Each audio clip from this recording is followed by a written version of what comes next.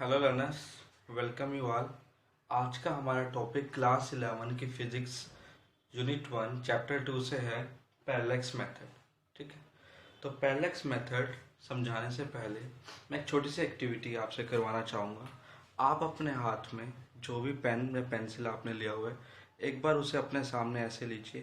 ठीक है, और एक बार उसे राइट आई से और एक बार लेफ्ट आई से, एक बार राइट आई क्लोज करके और एक बार लेफ्ट आई क्लोज करके देखिए।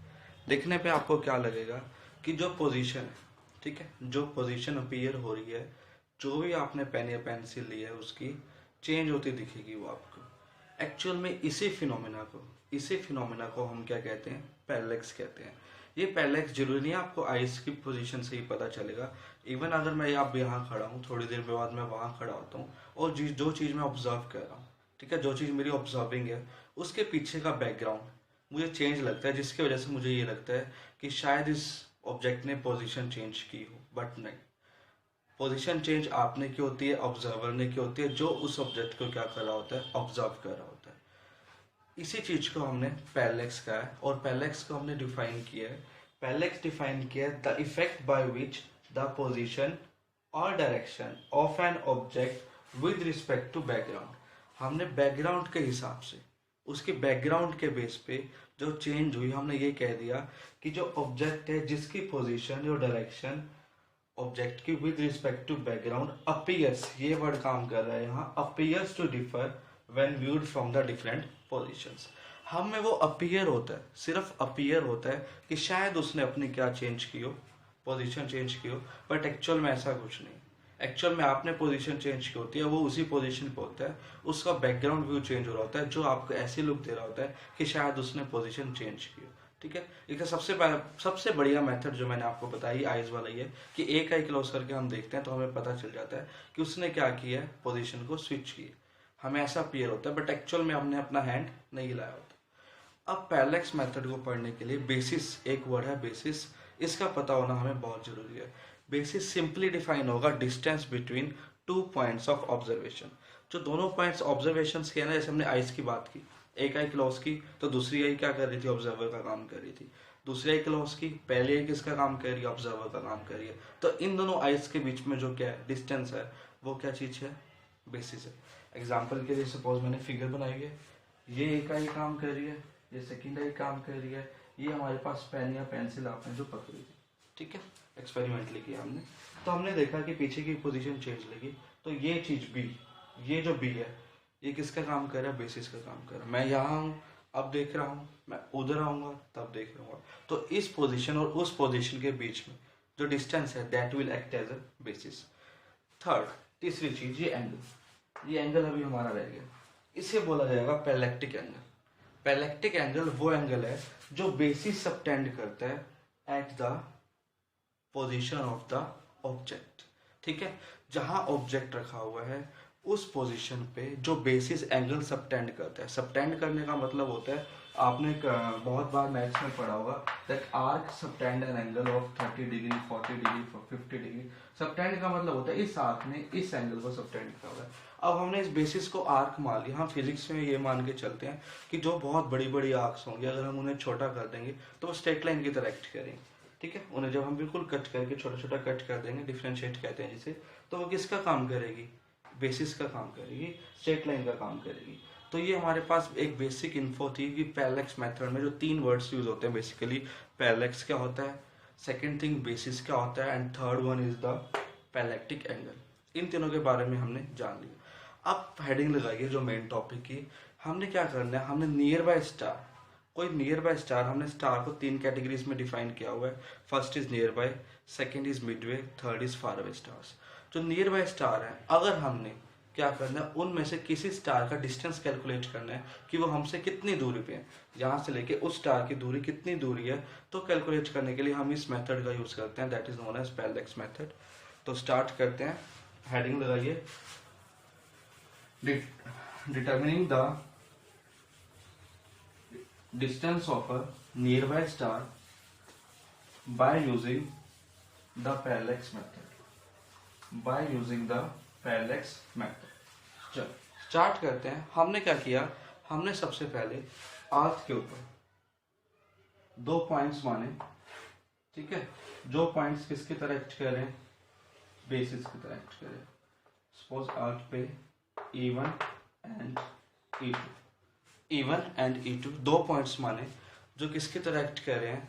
ये हमारे पास दो ऑब्जर्वेटरी पॉइंट्स हैं और इनके बीच का डिस्टेंस है बेसिस, ठीक है, इनके बीच का डिस्टेंस है बेसिस, जिसको मैंने नाम दे दिया B। अब देखो यहाँ पे B का बड़ा होना हमें बहुत हेल्प करेगा, क्योंकि हमने एक स्टार, बहुत दूर एक स्टार है, उस स्टार का डिस्टेंस कैलकुलेट करना है, यानी कि ये वैल्यू एक बहुत बड़ी वैल्यू है। अगर ये वैल्यू बड़ी वैल्यू है और ये वैल्यू छोटी वैल्यू होगी, तो हमारे पास यहाँ से जो एंगल बनेगा जिसकी हमें रिक्वायरमेंट है, ये एंगल हमारा यूज होगा। तो ये जो एंगल होगा ये हमारे पास सही नहीं बनेगा, बहुत छोटा एंगल बनेगा, जिसकी वजह से एरर्स ज्यादा आएंगे। अब मैं कहूँ कि मैं एक बार यहाँ से इस आई से और एक इस आई से देखूं और ऊपर देखूं कि नियर बाय स्टार जो हमारे पास है वहाँ कितना एंगल बना रहा है, वो एक सेकेंड एंगल से भी बहुत छोटा एंगल होगा, ठीक है।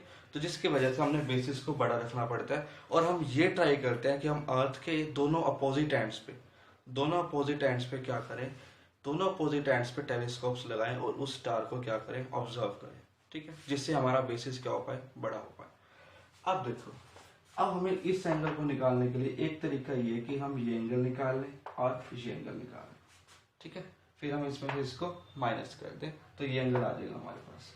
अब इस एंगल को निकालने के लिए हमने टेलीस्कोप को यहाँ रखा। बेसिकली ये कैसे टेलीस्कोप होते हैं, सेक्सटेंट वाले टेलीस्कोप होते हैं जो आपको एंगल मेजरमेंट देते हैं, ठीक है।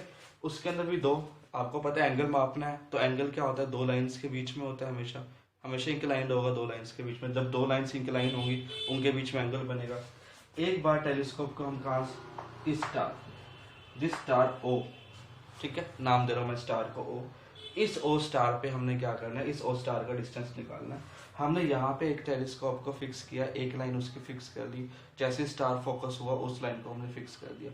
फिर हमने सेकेंड लाइन, ठीक है, जो दूसरा स्केल था सेक्सटेंट में होता है जैसे, उस स्केल को खोला, हम किसकी तरफ लेके जाना शुरू किया, E2 की तरफ, दूसरे अपोजिट एंड की तरफ। बट अब जो ये कर्वेचर है अर्थ का, दिस कर्वेचर, ये कर्वेचर हमारे लिए एक ऑब्स्टेकल है, हिंड्रेंस का काम कर रहा है, जिसकी वजह से हम यहाँ से E2 को मेजर या E2 को नहीं देख पाएंगे। आप खुद सोचिए, यहाँ से टेलीस्कोप लगा के आप ज्यादा से ज्यादा कितनी दूर देख पाएंगे, 2 किलोमीटर, 5 किलोमीटर। क्यों? क्योंकि अर्थ का कर्वेचर आएगा बीच में। अर्थ का कर्वेचर आने स्टार्ट हुआ तो आपकी जो लॉन्ग डिस्टेंस वाला विजन था वो कट जाएगा, ठीक है, चाहे आप जितना पावरफुल टेलीस्कोप मर्जी ले लीजिए। इस पूरा प्रॉब्लम को हमें दूर करने के लिए हमने हेल्प ली एक बहुत डिस्टेंट स्टार की, जो बहुत फार अवे स्टार हो, उसकी हमने हेल्प ली। उसकी हेल्प हमने कैसे ली, आप खुद सोचिए कि जब आप दोपहर के टाइम खड़े होते हैं, ठीक है, दोपहर के टाइम खड़े होते हैं, आपको ऊपर क्या लगता है, आफ्टरनून पे बिल्कुल आपको लगता है कि नून के टाइम पे कि हमारे ऊपर क्या है, सूरज है, ठीक है, सूरज है, आप उसे ऊपर देखते हैं। आपके मन में कभी ना कभी विचार आता है कि हम थोड़ी सी आगे चले। आप कई बार सोचते हैं कि हम थोड़ी सी आगे चलेंगे तो शायद वो सूरज हमें पीछे दिखना शुरू हो जाए, बट ऐसा नहीं होता कभी भी। पीछे दिखना शुरू होता है वो, पर कुछ टाइम के बाद। वो किस वजह से? रोटेशन की वजह से। सपोज ये हमारी अर्थ है, ठीक है, ये हमारी अर्थ है, ठीक है, ये कैसे रोटेट कर रही है, इस डायरेक्शन में। तो यहाँ से मैंने एक स्टार ले लिया जो बहुत दूर है, फार अवे स्टार है, उसकी पोजीशन हमेशा हमेशा हमें कैसे लगेगी, सिर के ऊपर लगेगी। हम जितने आगे मर्जी जाते रहेंगे, ये छोटा सा डिस्टेंस है, इसका ये अर्थ का इक्वेटर वाला डिस्टेंस छोटा सा डिस्टेंस है, और ये डिस्टेंस उसके सामने बहुत बड़ा डिस्टेंस है, ठीक है, इतने बड़े डिस्टेंस के सामने छोटा सा डिस्टेंस है। हम इसे यहाँ से देखें तो भी हमें सिर के ऊपर लगता है, यहाँ से देखें तो भी ये सिर के ऊपर लगता है। और अर्थ कैसे घूम रही है, ऐसे घूम रही है। अगर ये स्टार यहाँ हुआ फिर दिक्कत हो जाएगी, चाहे जितनी दूर मर्जी हो। क्यों? क्योंकि जब ये अर्थ ऐसे घूमेगी तो हमारे पास फिनोमिना आएगा कि एक टाइम पे हम लोग कहाँ जाएंगे, इस स्टार से अपोजिट डायरेक्शन में। तो उस स्टार को, उस फार अवे स्टार को, हालांकि वो भी फार अवे स्टार है, उस फार अवे स्टार का हम यूज नहीं ले सकते। हम उस फार अवे स्टार का यूज लेंगे जो बिल्कुल हमारे सिर के ऊपर, जिसकी पोजीशन को हम फिक्स मानते हैं। इसकी हेल्प लेने का देखो क्या बेनिफिट मिलेगा हमें। लेट्स सी, हमने मान लिया कोई स्टार था बहुत ऊपर जाके, ठीक है, वो हमसे बहुत ऊपर जाके एक पोजीशन पे फिक्स था। अगर वो फिक्स था तो हमने उसे यहाँ से ऑब्जर्व किया, उस स्टार को नाम दे रहा हूँ मैं O डैश, ठीक है, O डैश। अगर फिक्स लगेगा हमें, चाहे हम अर्थ के इस एंड से देखें, चाहे इस एंड से देखें, तो भी हमें क्या लगेगा, सेम लगेगा, फिक्स लगेगा। वो हमें यहाँ पे भी O डैश लग रहा था वो स्टार, ठीक है, यहाँ भी वही स्टार, वहां भी वही स्टार। अब इसकी हेल्प कैसे ली हमने? हमने क्या कहा, देखो अब हमारे पास दो लाइंस बन गई, एक ये वाली, एक ये वाली। ठीक है, हमने क्या कहा कि हमने वही टेलीस्कोप को पहले क्या किया, फोकस किया फार अवे स्टार पे, फोकस किया। फोकस करने के बाद हम उसे कहाँ लेके आए, नियर बाय स्टार तक। अब देखो दोनों चीजें हमें विजिबल है, वहां पे दोनों पॉइंट्स विजिबल नहीं थे, वहां पे एक पॉइंट हमारे पास सिर्फ ये पॉइंट विजिबल था जब हम इसे यहाँ पे ऐसे देख रहे थे, रख रहे थे, जब हम उसे नीचे लेके जाते थे। ठीक है, तो ये सेकंड E2 पॉइंट E1 से हमें विजिबल नहीं था, ना हम इसे टेलीस्कोप से इस रेंज को बता सकते थे। तो हमने क्या किया, हमने एक बार इसे फोकस किया और एक बार इस स्टार को फोकस किया, हमें बीच के एंगल 5-1 मिल गया। ठीक है, सेम प्रोसीजर हमने इधर आके रिपीट किया। इधर आके कैसे रिपीट किया हमने, इस पोजीशन पे वही टेलीस्कोप रखा हुआ है सेक्सटेंट वाला, वो हमने क्या किया, ऊपर एक स्टार को फोकस किया, रीडिंग लेनी शुरू की एंगल की, एंगल बढ़ता रहा, इस स्टार पे जाके एंगल वो बन गया 5-2। ठीक है, अब हमने क्या किया, 5-1 और 5-2 एंगल बनाने के बाद बीच में एक लाइन ड्रॉ कर ली। ठीक है, बीच में लाइन ड्रॉ कर ली। ये लाइन ड्रॉ करने के बाद हमें पता है कि इन पैरेलल लाइंस के बीच के इन एंगल्स, ये एंगल्स कैसे होते हैं, इक्वल होते हैं। तो हमने 5-1 को इधर रख दिया 5-1, इधर से 5-2 उठाया, इधर रख दिया 5-2। ठीक है, अब यहाँ से हमारे पास थीटा की वैल्यू, जो पैरेलैक्टिक एंगल है ये, इस वैल्यू चाहिए थी हमें, तो थीटा की वैल्यू हमारे पास आ जाएगी 5-1 प्लस 5-2, 5-1 प्लस 5-2। ये हमारे पास वैल्यू किसकी आ गई, थीटा की वैल्यू आ गई। अब आपने मैथ्स का फॉर्मूला पढ़ा हुआ है, theta is equal to arc upon radius. ठीक है, मैथ्स में फॉर्मूला आपने पढ़ा हुआ है, theta is equal to arc upon radius. उस फॉर्मूला का यूज लेंगे, कैसे यूज लेंगे, रेडियस सपोज ये कितना है जो हमें कैलकुलेट करना है। ठीक है, इसको मान लो s, थीटा अब आपको पता चल गया। ठीक है, आर किसका काम कर रहा है, बेसिस का काम कर रहा है, तो theta is equal to b upon S.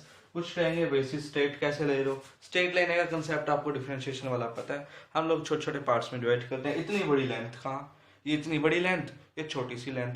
छोटी सी लेंथ अगर आर्क होगी वो किसकी तरह एक्ट करेगी, एक स्ट्रेट लाइन की तरह एक्ट करेगी। तो theta is equal to b by S.